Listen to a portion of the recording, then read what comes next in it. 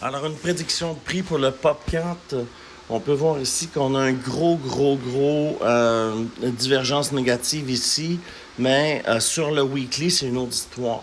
Fait que regardez le PopCat. En fait, c'est un meme coin. Je possède personnellement le meme coin, le PopCat. Et puis, on peut voir là, que c'est quand même pas si mal, même si on a une grosse divergence, parce que on a eu un gros pump. On a retracé, là, dans le fond, au IME 13. On a eu un deuxième pump. Et là, on est encore après retracé au IME 13.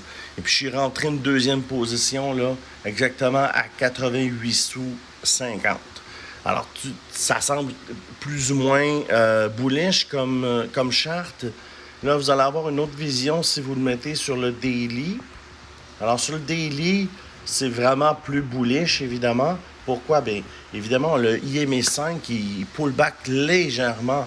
Sinon, c'est très bullish comme charte. Et puis, pour une dernière fois, pour voir une dernière vision globale du truc, on va se mettre en weekly. Et est-ce que vous me dites que cette charte-là n'est pas bullish?